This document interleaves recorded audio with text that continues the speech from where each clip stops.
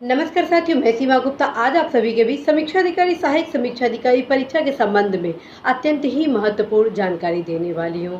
आप सभी द्वारा लगातार यह प्रश्न किया जा रहा है कि मैं समीक्षा अधिकारी सहायक समीक्षा अधिकारी परीक्षा में सफलता प्राप्त नहीं कर पा रहा हूं, जबकि वर्षों से इस परीक्षा के संबंध में तैयारी कर रहा हूं या तैयारी कर रही हूं।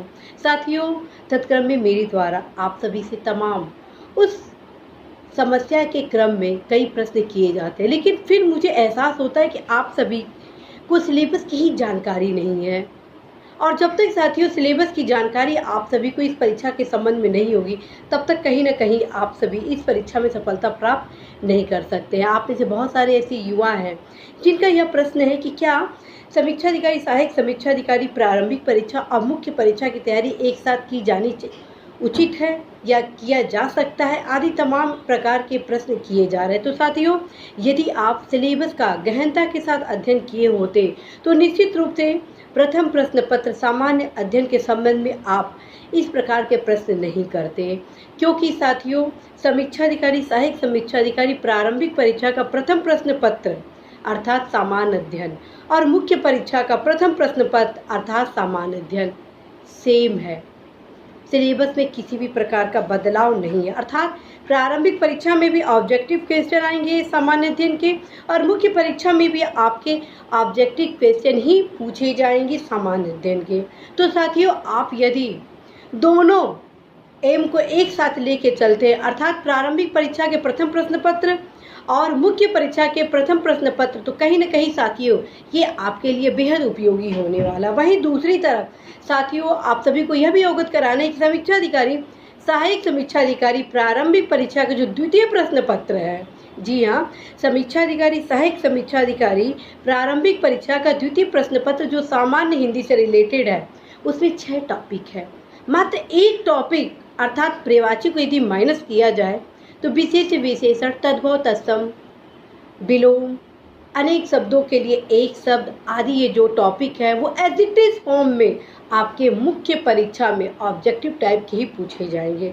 साथ ही कुछ महत्वपूर्ण और भी टॉपिक आपके मुख्य परीक्षा में जुड़ जाते हैं हिंदी में, ठीक है, जैसे कि आपका गद्यांश हुआ, जैसे कि पत्र लेखन हुआ, जैसे कि कंप्यूटर से संबंधित कुछ क्वेश्चन, जैसे कि आपका हिंदी और इंग्लिश के कुछ शब्दावली और मुहावरे और लोकोक्तियों के संबंध में।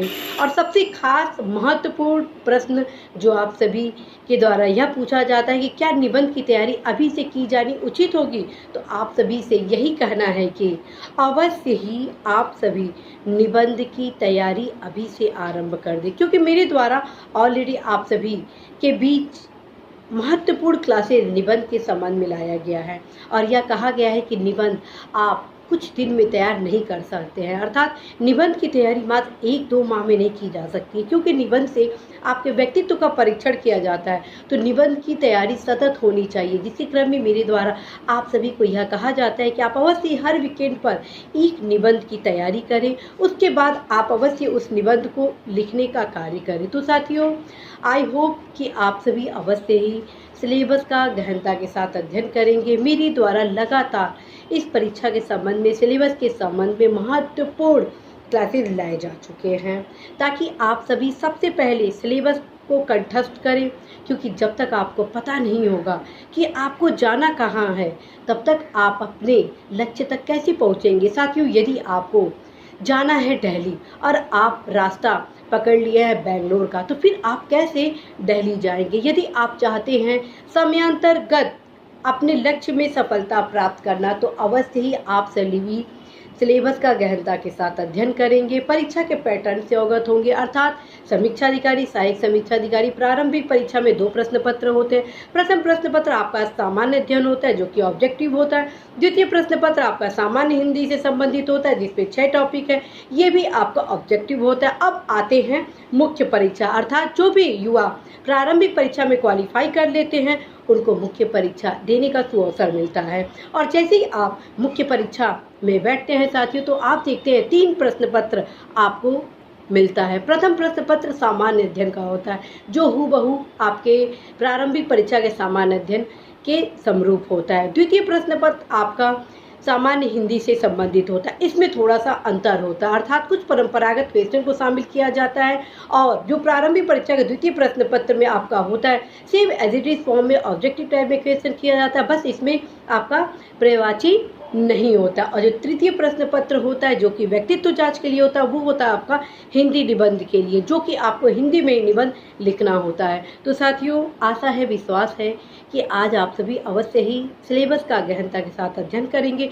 मेरी द्वारा भी तमाम महत्वपूर्ण क्लासेज इस दौरान लाई जा रही हैं जो आप सभी द्वारा कमेंट बॉक्स में किए जा रहे हैं। साथियों, आशा है, विश्वास है कि आगामी विज्ञापन के क्रम में आप सभी अभी से तैयारी करना आरंभ कर दें, क्योंकि जब लक्ष्य होता है सफलता प्राप्त करने का, जी हाँ, जब लक्ष्य होता है सफलता प्राप्त करने का तो फिर इंतज़ार नहीं करना चाहिए। और मैं पूरा विश्वास के साथ कहती हूँ कि यदि आप अपने लक्ष्य के प्रति पूर्ण समर्पण भाव से तैयारी करेंगे तो अवश्य ही आप सफल होंगे। इसी आशा संदेश के साथ आप सभी को ढेरों शुभकामनाएं। All the best.